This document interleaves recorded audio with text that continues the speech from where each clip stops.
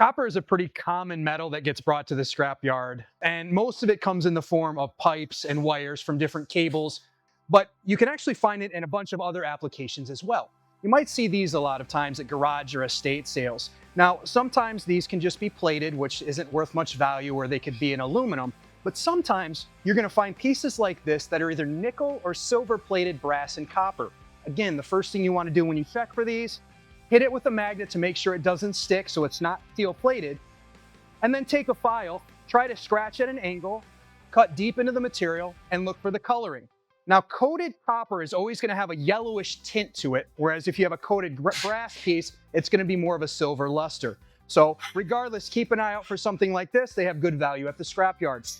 The last thing some people might not think about is what we call copper breakage. Now, this doesn't have a lot of copper in it as some of the other materials that we talked about before, but the reason we call it breakage is because there's these tiny bits of copper that are throughout the piece that give it some value. Now, it's going to be a lower value material, but it's still something to look out for if you do scrapping as a hobby or a side job.